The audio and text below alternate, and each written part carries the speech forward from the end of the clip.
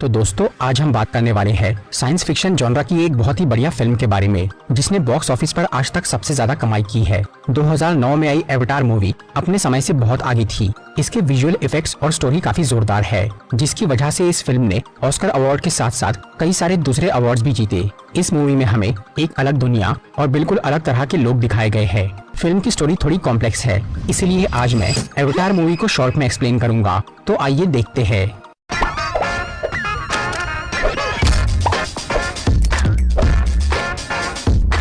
इस फिल्म में हमें 22वीं सेंचुरी यानी भविष्य का समय दिखाया गया है, जहां सब कुछ बहुत एडवांस हो गया है। साइंस और टेक्नोलॉजी में दुनिया ने काफी तरक्की कर ली है, लेकिन इसी के साथ अब धरती की जनसंख्या इतनी बढ़ चुकी है कि नेचुरल रिसोर्सेज खत्म होने लगे हैं। इसीलिए साइंटिस्ट दूसरे प्लैनेट्स की खोज चालू कर देते हैं। इसी दौरान उन्हें एक सोलर सिस्टम मिलता है, जिसमें एक प्लैनेट था पॉलीफेमस। वो ग्रह तो रहने लायक नहीं था, पर उसका एक चांद यानी मून था पेंडोरा, जो कि पृथ्वी के जितना ही बड़ा था और काफी हरा भरा था। इस चांद पे बहुत ज्यादा नेचुरल रिसोर्सेज थे, इसीलिए इंसान वहां पहुंच जाते हैं और उस जगह की रिसर्च करना शुरू करते हैं। पेंडोरा पर साइंटिस्ट को अनोप्टेनियम नाम का एक बहुत ही खास एलिमेंट मिलता है, जो कि काफी अच्छा एनर्जी कंडक्टर था। इसीलिए उसकी कीमत 100 करोड़ रुपए पर किलो थी, जिसकी वजह से RDA यानी रिसोर्सेज डेवलपमेंट एडमिनिस्ट्रेशन नाम की एक कंपनी वहां जाकर उस एलिमेंट की माइनिंग चालू कर देती है।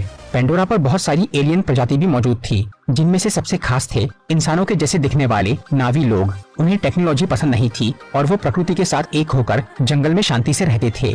दूसरी तरफ RDA के साइंटिस्ट पेंडोरा को एक्सप्लोर करना चाहते थे, लेकिन यहाँ के एटमॉस्फेयर में इंसानों का जीना बहुत मुश्किल था। इसीलिए साइंटिस्ट इस काम के लिए एक रास्ता निकालते हैं। वो नावी और इंसानी DNA को मिलाकर एक हाइब्रिड बॉडी बनाते हैं, जिसे एवतार कहा जाता है।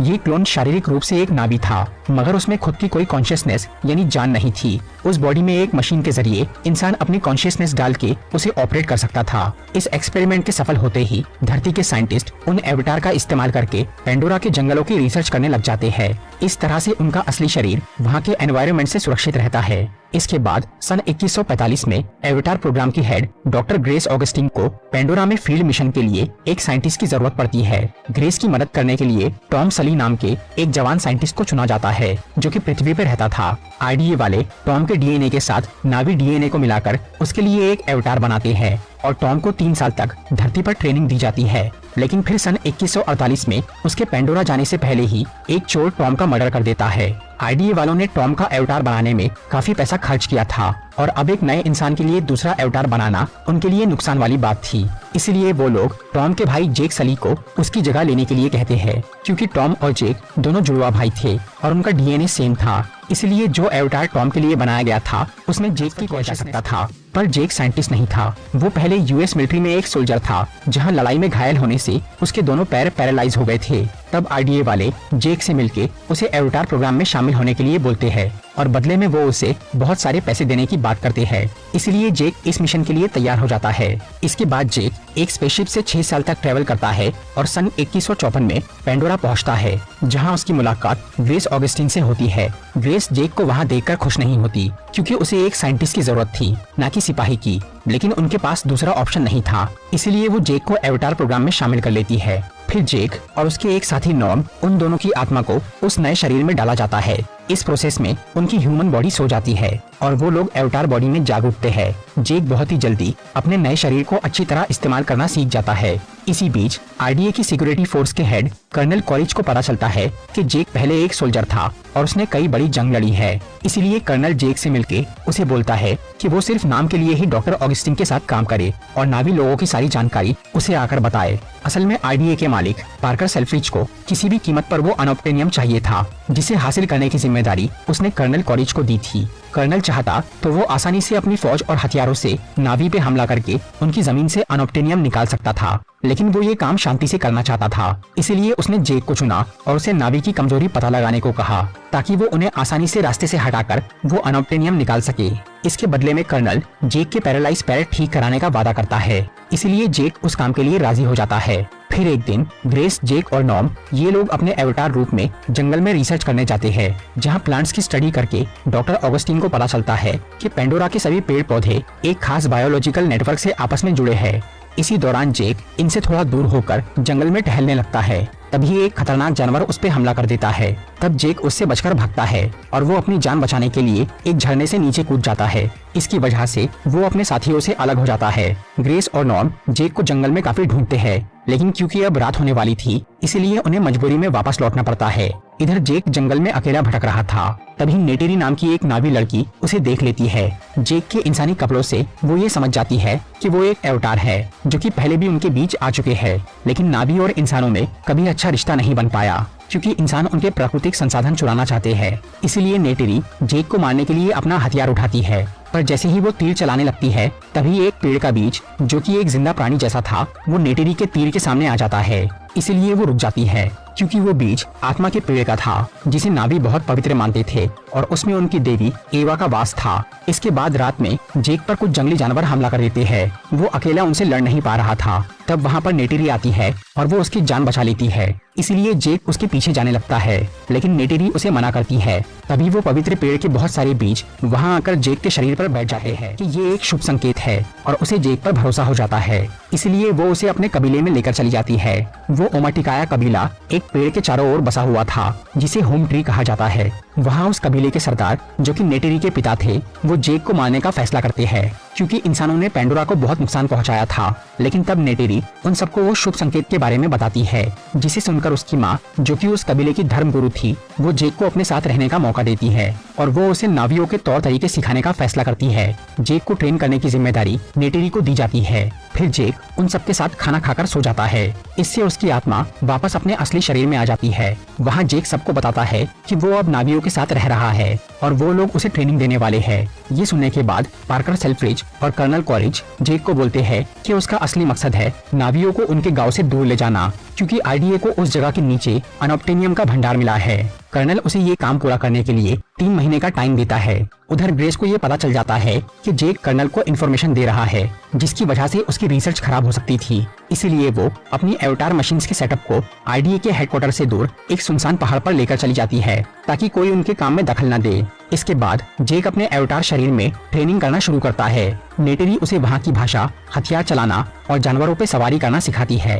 जेक ये सब काफी जल्दी सीख जाता है और नावियों का भरोसा जीतने लगता है। इसका फायदा उठाकर वो ग्रेस के अवतार रूप को भी वहाँ लाने की परमिशन ले लेता है। अब जेक की ट्रेनिंग को 3 महीने पूरे होने वाले थे, लेकिन वो अब तक ओमाटिकाया कबीले को उनके गांव से हटा नहीं पाया था। इसलिए कर्नल कॉरिज उसे वार्निंग देता है। तब जेक उन्हें बोलता है कि उसकी ट्रेनिंग अब खत्म होने वाली है, जिसके बाद नावी लोग उसे अपने कबीले में शामिल कर लेंगे। तब वो उन्हें वहाँ से हटाने की बात करेगा। फिर कुछ ही दिनों बाद ओमाटिकाया कबीले वाले जेक को रीति रिवाज के साथ अपने ग्रुप में शामिल कर लेते हैं और वो एक नावी कहलाता है। तब नेटेरी उसे उस पवित्र पेड़ के पास लेकर जाती है। वहाँ वो जेक को बोलती है कि वो अब एक नावी बन चुका है, इसीलिए वो उनमें से अपने लिए एक साथी चुन सकता है। जेक नेटेरी को चुनता है और वो भी उसे चुन लेती है क्योंकि वो दोनों एक दूसरे से प्यार करने लग गए थे।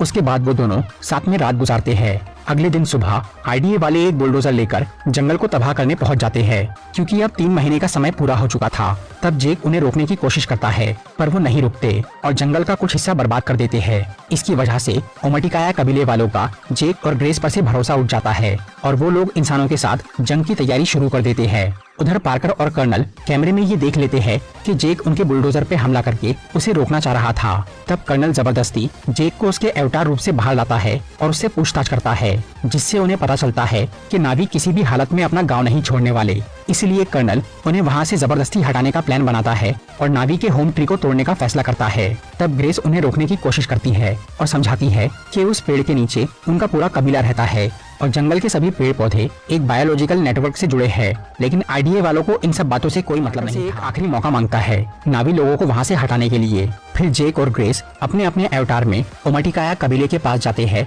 और उन्हें गांव छोड़ने के लिए समझाते हैं। इसी दौरान जेक उन सबको अपनी सच्चाई बता देता है कि वो पहले आईडीए का जासूस बनकर वहां आया था और उसे ये मालूम था कि एक दिन उन्हें वहां से हटाया जाएगा। ये सब सुनने के बाद नेटेरी और पूरे कबीले वाले जेक से नफरत करने लग जाते हैं। तभी कर्नल अपनी आर्मी लेकर जंगल पहुंचता है और उनके होम ट्री को बॉम्ब से गिरा देता है, जिससे कई नावी की मौत हो जाती है। नेटेरी के पिता भी उस हमले में मर जाते हैं।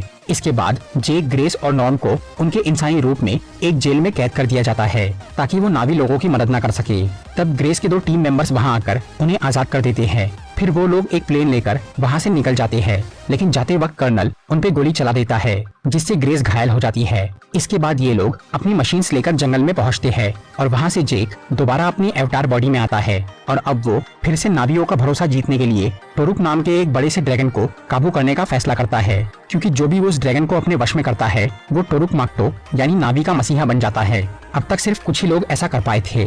जेक अपने एक पालतू ड्रैगन की मदद से आसमान में जाकर टोरुक को ढूंढता है और ऊंचाई से उस पर कूद के उसे अपने काबू में कर लेता है। इसके बाद जेक उस ड्रैगन के साथ ओमटिकाया कबीले के पास पहुंचता है। जेक को टोरुक के साथ देखकर सब लोग उसे अपना मसीहा मान लेते हैं। फिर वो सबको एकजुट होकर आईडीए वालों से लड़ाई करने के लिए बोलता है और दूसरे कबीलों को भी मदद के लिए बुला लेता है। अब सभी नावी टोरुक माक्टो यानी जेक का हुक्म मानने लगते हैं। फिर वो लोग ग्रेस को बचाने की कोशिश करते हैं, लेकिन उसके घाव बहुत गहरे थे, इसीलिए वो मर जाती है। इसके बाद जेक आत्मा के पेड़ के पास जाकर एवा से मदद के लिए प्रार्थना करता है, क्योंकि वो जानता था कि नावी की फौज आरडीए के सामने टिक नहीं पाएंगी। दूसरी तरफ कर्नल अपनी सेना और हाईटेक हथियार के साथ जमीन और आसमान दोनों तरफ से जंगल पे हमला करता है। इधर नावी भी बराबरी से जवाब देती है। फिर शुरू होती है एक खतरनाक जंग। एक तरफ इंसान हेलीकॉप्टर और मशीन गन्स के साथ लड़ रहे थे और दूसरी तरफ नावी अपने तीर कमान और जानवरों के साथ मुकाबला कर रहे थे। कर्नल की फौज नावी पर बहुत भारी पड़ती है और वो लोग हारने की कगार पे पहुंच जाते हैं।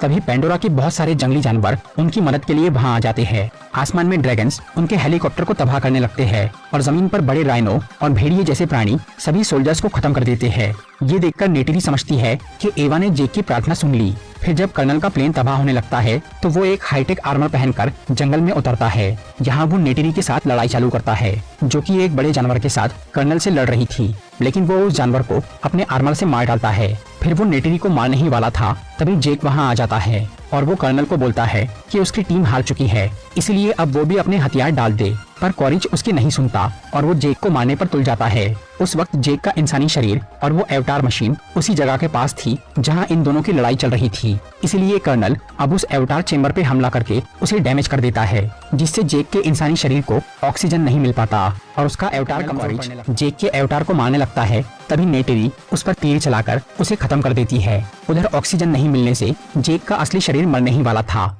तब नेटिरी वहां जाकर उसे ऑक्सीजन मास्क लगाती है और उसकी जान बचा लेती है। लड़ाई के बाद जेक कबीले वालों के पास पहुंचता है, जहां सूटे नाम का एक नावी बुरी तरह जख्मी पड़ा था। नेटिरी के पिता के मरने के बाद सूटे को ही नया सरदार बनाया गया था, लेकिन फिलहाल वो इतना घायल हो गया था कि उसका बचना नामुमकिन था। इसलिए अब सूटे जेक को सरदार की जिम्मेदारी सौंप के मर जाता है। इस सब के बाद आरडीए वालों को पेंडोरा से निकालकर पृथ्वी पर वापस भेज दिया जाता है और सिर्फ कुछ ही इंसानों को वहां रहने दिया जाता है, जो नावी के सपोर्टर थे। आखिर में जेक ये फैसला करता है कि वो अपना इंसानी शरीर छोड़कर हमेशा के लिए एक नावी बन जाएगा। इसके लिए कबीले के सब लोग आत्मा के पेड़ के पास जमा होते हैं, जहां जेक की दोनों बॉडी को उस पेड़ से जोड़ा जाता है। इस प्रोसेस के जरिए उसकी कॉन्शियसनेस हमेशा के लिए उस एवतार यानी नावी शरीर में चली जाती है और इससे जेक का पुनर्जन्म होता है। इसके आगे की कहानी इस मूवी के सेकंड पार्ट में दिखाई जाएंगी।